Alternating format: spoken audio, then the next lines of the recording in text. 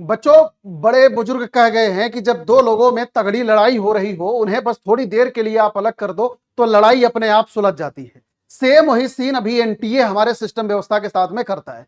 बच्चे सीवीटी 2025 का पेपर दे के आए, उनकी बहुत उम्मीदें थी कि पिछले 3-4 सालों से सीवीटी में डिस्पैरिटी एग्जाम में चली आ रही है। 2022, 2023, 2024 अगर हम किसी भी साल को देखें तो आज तक एनटीए किसी भी साल सीवीटी को ढंग से कंडक्ट नहीं करवा पाया है। चाहे वो पेपर की व्यवस्था के मामले में हो, चाहे वो इंफ्रास्ट्रक्चर यानी सिस्टम, चाहे वो लॉजिस्टिक की व्यवस्था के मामले में हो, किसी भी चीज के मामले में एनटीए आज तक कोई भी पेपर ढंग का नहीं करवा पाया सीवीटी का पिछले 3-4 अटेम्प्ट से।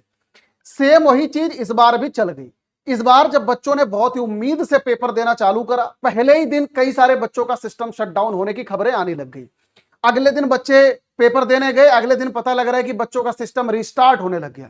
कई सारे बच्चों की खबरें आने लग गई, किसी बच्चे का पेपर जम्मू कश्मीर का अगर वो बच्चा है उसका सेंटर डाल दिया मुंबई। कई सारे बच्चे ऐसे हैं जिनका सेंटर होम सेंटर ना मिलके उनको किसी दूसरी जगह पर सेंटर मिला और दूसरी जगह वाले बच्चे को कहीं दूसरी जगह सेंटर मिला। चलिए ठीक है, मैं एक बार को ये मानता हूं कि आपके पास इतनी इंफ्रास्ट्रक्चर की व्यवस्था नहीं है। तो अगर व्यवस्था नहीं है, अगर आप इन पेपर को 15 दिन में आप कंडक्ट कराते हो तो इस पेपर को पिछले सालों की भांति आप इसको 30 दिन में कंडक्ट करवा लेते हैं। लेकिन बच्चों का पेपर कम से कम अगर 2 पेपर एक दिन में है तो दोनों पेपर एक ही सेंटर में आप देते। नतीजा यह हुआ है कि कई सारे बच्चों का पेपर, एक पेपर मान लीजिए कि कानपुर में पड़ा हुआ है, दूसरा पेपर उसी बच्चे का सेम डे में लखनऊ में पड़ा हुआ है। बच्चा ट्रेवल ही नहीं कर सकता इतनी दूरी को। और इन सब का नतीजा यह हो रहा है कि कई सारे पेरेंट्स अपने बच्चों पर से ही भरोसा हटा चुके हैं, क्योंकि बच्चे रात रात भर जग के पढ़ाई कर रहे थे। उन्हें अब यह चीज लग रहा है कि बच्चे पढ़ नहीं रहे थे, वो रात भर मोबाइल और रील चला रहे थे। आखिरकार इन सब का जिम्मेदार कौन है? इन सब का जिम्मेदार सिर्फ और सिर्फ एनटीए और एनटीए की व्यवस्था है, बाकी कुछ भी नहीं है।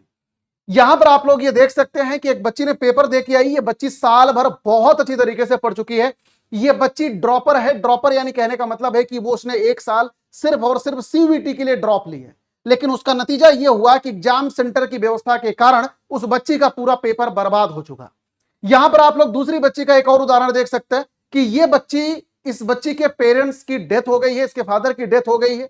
इसने किसी तरीके से सीवीटी की तैयारी करी इस उम्मीद के साथ में कि मैं एक अच्छी यूनिवर्सिटी में जाऊंगी। लेकिन उसका नतीजा यह हुआ कि वो बच्ची अब कहीं की भी नहीं रही। उसकी सारी उम्मीदें टूट चुकी है, वो सारे सपने अपने गायब कर चुकी है। अब उसे यह चीज लग रहा है कि अब तो मेरे फादर भी नहीं है, अब तो मेरा कुछ है ही नहीं, ना तो मैं कहीं पे जा सकती हूं, अब जिंदगी भर मेरा कुछ बचा नहीं है।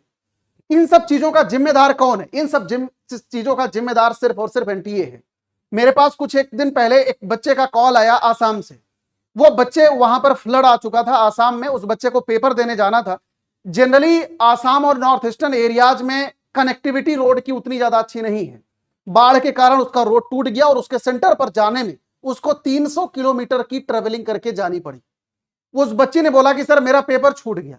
बीच में ऐसे झारखंड से एक न्यूज आई, वहां पर बाढ़ आ रखी थी उस बच्चे के आगे। वो बच्चा बता रहा था सर मेरे यहां तक पानी है, आप मुझे बताओ कि मैं किस तरीके से पेपर देने जाऊं। तो इन सब चीजों को लेके एनटीए को कुछ ना कुछ कदम उठाना जरूरी है। अच्छा, ये चीज सिर्फ यहीं पर नहीं रुकती। आप लोग यहां पर देख सकते हो एनटीए पिछले सालों से 2022, 23, 24 और इस साल भी 25, इन्होंने पेपर में मिसमैनेजमेंट की डिस्पैरिटी तो दिखाई ही दिखाई है, साथ ही साथ इन्होंने प्रोविजनल आंसर की में भी डिस्पैरिटी दिखाई है। कई सारे बच्चों की प्रोविजनल आंसर की चेंज हो गई है। बच्चों ने जिस पेपर को अटेम्प्ट करा वो पेपर, वो क्वेश्चंस उनके प्रोविजनल आंसर की में है ही नहीं। बच्चा अगर पेपर में 35 सवाल अटेम्प्ट करके आया है, उसके प्रोविजनल आंसर की में कहीं पे 15 सवाल, कहीं पे 20 सवाल है। आप एक बात बताइए कि अगर कोई बच्चा 20 सवाल का मार्क अगर उसे मिल जाता है किसी बच्चे को, उसकी जिंदगी का क्या होगा? दिल्ली यूनिवर्सिटी जैसे संस्थान आउट ऑफ 1000 में से एसआरसीसी जैसे कॉलेज की कट ऑफ 950 960 नंबर जाने वाली है। जिस बच्चे का आधा पेपर ही बर्बाद हो गया हो, आप ये कैसे सोच सकते हैं कि वो बच्चा अपने ड्रीम कॉलेज में जा सकता है? इन सब चीजों को एनटीए को रिकॉग्नाइज करना बहुत जरूरी है। मैं यहां पर बाकी सारे स्टेक होल्डर से मैं भी कहना चाहता हूं, बाकी सारे टीचर से भी मैं कहना चाहता हूं, आप लोग रिजल्ट आने के पहले बच्चों के साथ में खड़े होइए, क्योंकि यही बच्चे वो बच्चे हैं जिनको आपने पढ़ाया है, यही बच्चे वो हैं जो आपके संस्थान में एनरोल करके पढ़े हुए हैं। तो आप इन बच्चों को सिर्फ और सिर्फ एक कंज्यूमर की तरह ट्रीट मत करिए, एक कस्टमर की तरह ट्रीट मत करिए, बल्कि इन बच्चों का साथ दीजिए। यहां पर जितने भी पेरेंट्स देख रहे हैं, मैं उन पेरेंट्स से भी कहना चाहता हूं, आप अपने बच्चों का साथ दीजिए, एनटीए का नहीं, क्योंकि एनटीए गद्दार एजेंसी है। अब यहां पर कई सारे बच्चे ऐसे हैं जो बच्चे ये कहते हैं कि सर एनटीए तो हर साल ऐसे ही करता आ रहा है, क्या इस बार ऐसा क्या चेंज हो जाएगा हमारे बोलने से। देखो लास्ट ईयर नीट में भी तमाम धांधलेबाजी हुई, पेपर लीक हुआ, लेकिन जब कुछ एक टीचर्स ने बोला आगे आके, जब ये बात मीडिया एजेंसीज तक पहुंची, तो फिर इस पर एक्शन हुआ। नतीजा ये रहा कि कम से कम इस बार 2025 में नीट का पेपर लीक नहीं हुआ, कम से कम वो चीजें रिपीट नहीं हुई। मैं यही चीज चाहता हूं कि ये चीज दोबारा रिपीट नहीं होनी चाहिए। जो बच्चे सीवीटी 2026 को लेकर ड्रॉप ले रहे हो, आप लोगों से मैं पहले ही सलाह करना चाहता हूं कि आप लोग मन के अंदर ये मान के मत चलना कि आप तैयारी कर रहे हो तो आपकी मेहनत का परिणाम आपको मिलेगा। कई सारे बच्चे ऐसे हैं जिन्होंने इस बार सिर्फ और सिर्फ सीवीटी को लेके ड्रॉप लिया इस उम्मीद के साथ में कि इस बार मैं अच्छा करूंगा और एक अच्छे यूनिवर्सिटी में जाऊंगा, लेकिन नतीजा ये रहा जो बच्चे ड्रॉप लिए, साल भर रगड़ के मेहनत किया, 30-30 40-40 मॉक्स लगाए, उनका नतीजा ये हो रहा है कि आउट ऑफ 1000 300 400 500 से ज्यादा मार्क्स नहीं बन रहे।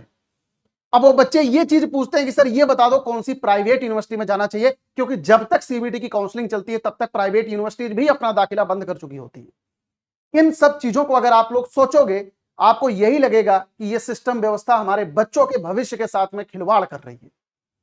तो यहां पर मेरी एनटीए से गुजारिश है कि आप लोग इन सब चीजों को अपने संज्ञान में लीजिए, आप लोग इन सब चीजों पे एक बार को जांच पड़ताल करिए।